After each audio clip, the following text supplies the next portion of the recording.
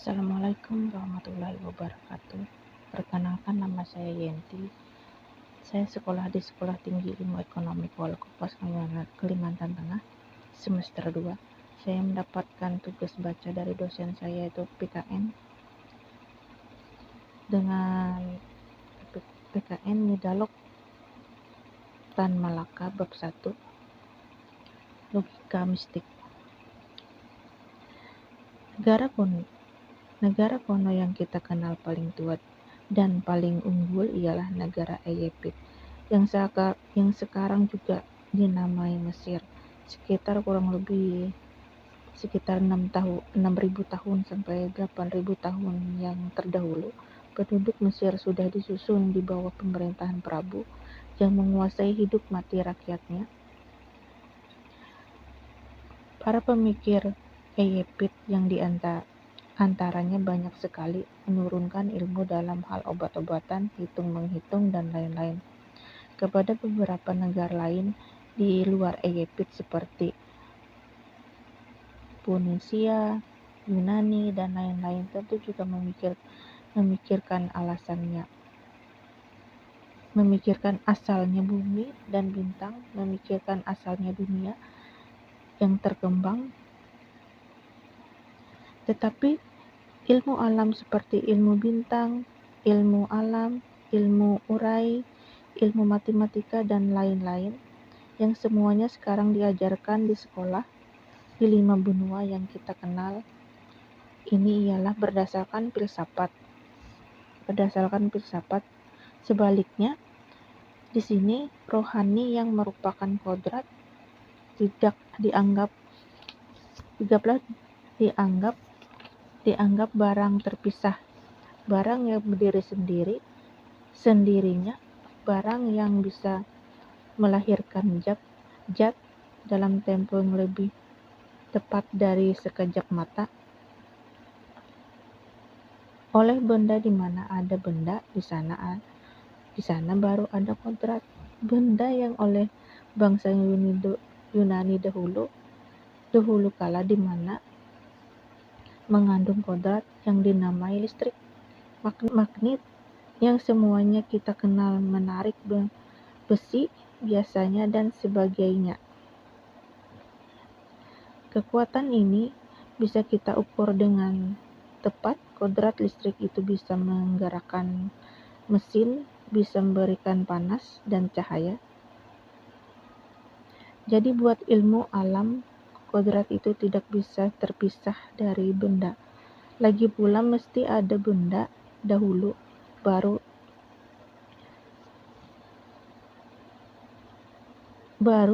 baru dikembangkan, timbul kodrat atau dinamo.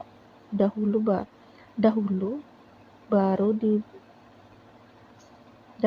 baru di belakangnya ada kodrat listrik. Tak ada pula kodratnya.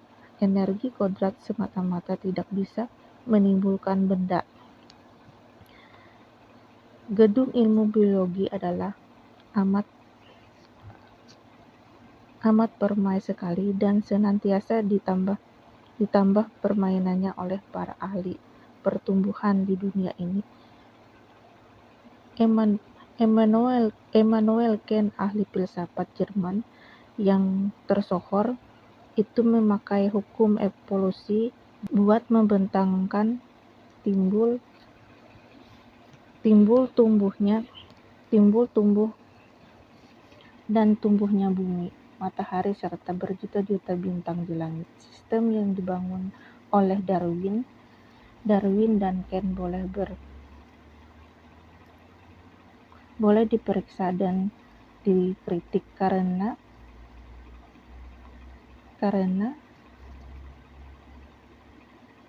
memang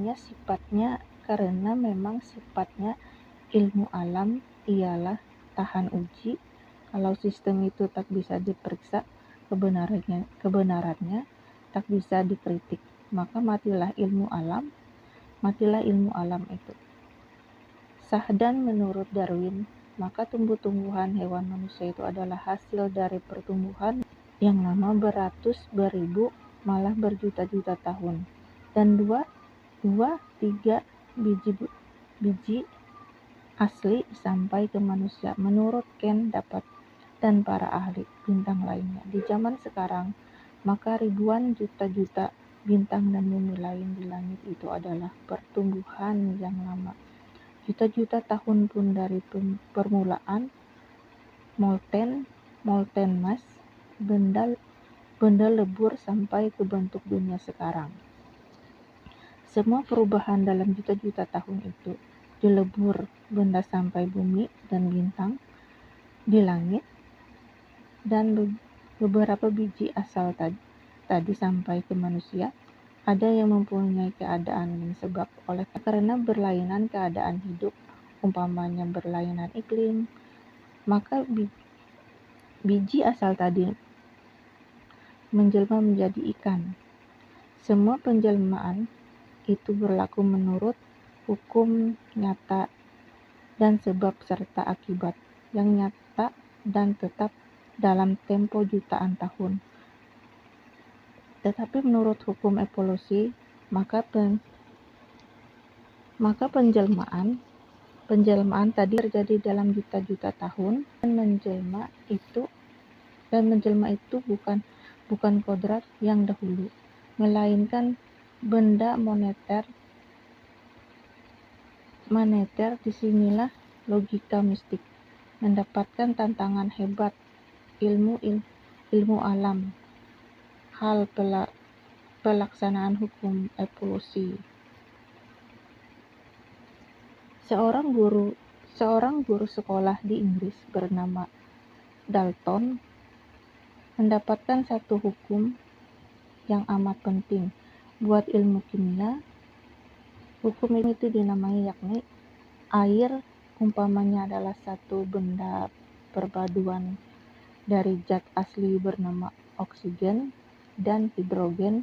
Bagaimana air itu diperoleh? Dalam kamar ilmu pisah, laboratorium ataupun udara sebagai air hujan. Air itu tetap satu paduan oksigen dan hidrogen atas perbandingan yang tetap. Begitu juga perpaduan semua benda yang lain-lain berlaku menurut hukum Dalton tadi. Pertama, berbantah dengan hukum tentang ketepatannya. Jumlah kodrat di dunia ini bertentangan kawanannya ialah hukum ketetapan jumlah benda sama sekali tidak bisa dicocokkan dengan hukum perpaduan yang tepat Dalton. Tak ada itu tak bisa menimbulkan ada, tetapi dalam logika ataupun dialektika dan berdasarkan keadaan, hal itu adalah mustahil. Satu omongan kosong. Tak lapar berarti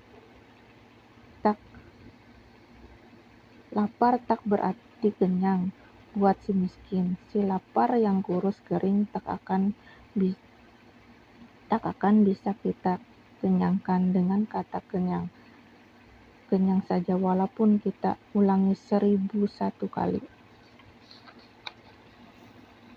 Demikianlah tugas baca yang saya bacakan. Terima kasih.